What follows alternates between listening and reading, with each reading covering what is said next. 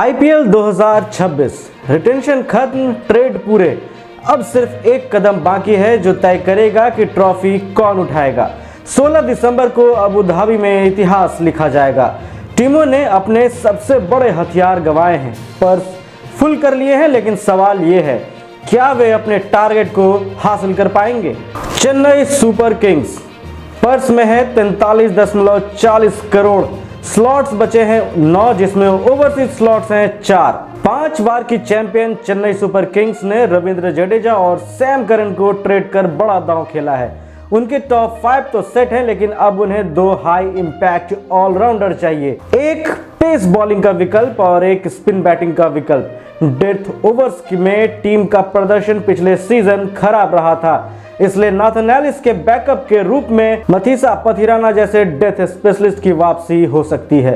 सबसे बड़ा target Cameron green, उनके लिए सीएसके अपना पर्स खाली करने को तैयार रहेगी और चूक हुई तो लियाम लिविंगस्टोन या वेंकटेश अय्यर अगले विकल्प हो सकते हैं। जडेजा की जगह के लिए प्रशांत वीर या सनी संधू जैसे स्पिनर बल्लेबाज पर भी नजरें रहेंगी।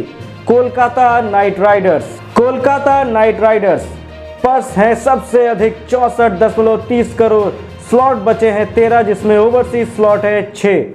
नीलामी में सबसे बड़ी तिजोरी के साथ आई है Kolkata night Riders. Andre Russell के जाने से एक बड़ा खालीपन आया है, जिसे भरने के लिए उनका एकमात्र लक्ष्य है कैमरन ग्रीन।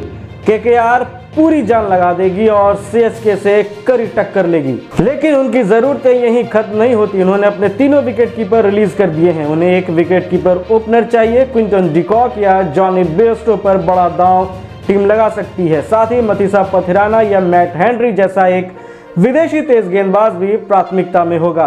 केकेआर को 13 स्लॉट भरने हैं। यह नीलामी उनके लिए खरीदारों का त्योहार है। सनराइजर्स हैदराबाद पर्स बचे हैं 25.50 करोड़। स्लॉट्स हैं 10 बचे हुए, जिसमें ओवरसीज स्लॉट हैं सिर्फ 2।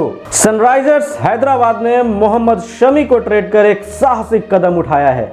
अब उनकी सबसे बड़ी जरूरत है नई गेंद से बॉलिंग करने वाला एक प्रीमियर तेज गेंदबाज। पिछले सीजन पावर प्ले में उनके खराब प्रदर्शन को देखते हुए यह एक जरूरी विकल्प भी है। हर्षल पटेल और ईशान मलिंगा डेथ ओवर्स के लिए हैं, लेकिन नई गेंद कौन संभालेगा? आकाशदीप या अशोक शर्मा जैसे भारतीय पेसर उनके निशाने पर होंगे।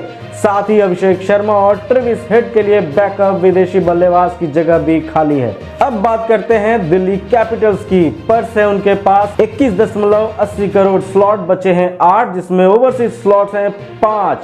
दिल्ली कैपिटल्स की प्लेइंग 11 तो लगभग तय दिख रही है, लेकिन पिछले सीजन उन्होंने 7 बार अलग अलग ओपनिंग जोड़ियों का इस्तेमाल किया था। डीसी को केएल राहुल के साथ एक स्थापित विदेशी ओपनर चाहिए।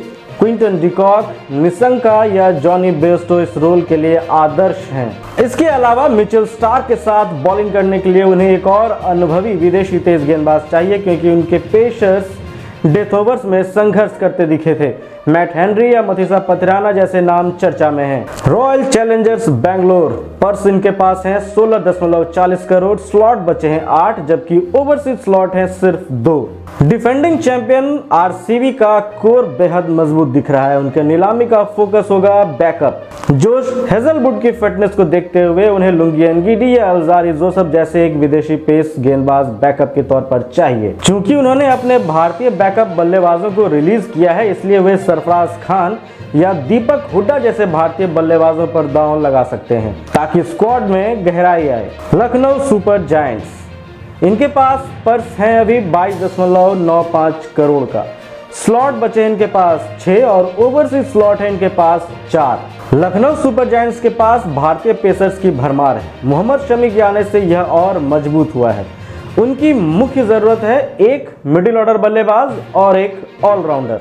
जेसन होल्डर या वियान मुल्डर जैसे विदेशी ऑलराउंडर संतुलन ला सकते हैं। रवि बिश्नोई के जाने के बाद उन्हें दिग्वेश राठी के साथ प्रतिस्पर्धा के लिए एक और स्पिनर भी चाहिए। राजस्थान रॉयल्स इनके पास पर्स है 16.5 करोड़ का। स्लॉट अवेलेबल है 9, जबकि ओवरसीज स्लॉट है सिर्फ 1। सैम करन, फरेरा और रविंद्र जडेजा को ट्रेड कर राजस्थान रॉयल्स ने अपनी टीम को बेहद मजबूत कर लिया है।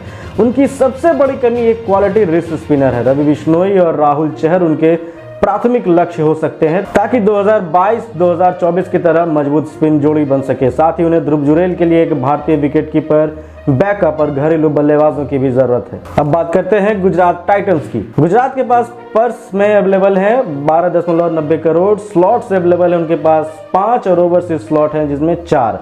गुजरात टाइटंस की टीम सबसे संतुलित दिख रही है। उनके पास 5 स्लॉट खाली हैं जिनमें से 4 विदेशी हैं। डेविड मिलर की वापसी से इनकार नहीं किया जा सकता, या लियाम लिविंगस्टोन जैसा एक विस्फोटक विदेशी मिडिल ऑर्डर विकल्प उनकी तलाश हो। कागिसो रबाडा के लिए मैट हेनरी जैसे विदेशी तेज गेंदबाज को बैकअप के तौर पर देखा जा रहा है। मुंबई इंडियंस एमआई के पर्स में सिर्फ 2.75 करोड़ रुपए हैं। स्लॉट है इनके पास 5 बचे हुए, जबकि ओवरसीज स्लॉट है 1। मुंबई इंडियंस की टीम बेहद मजबूत दिख रही है, जिसका सबूत उनका सबसे छोटा पर्स है।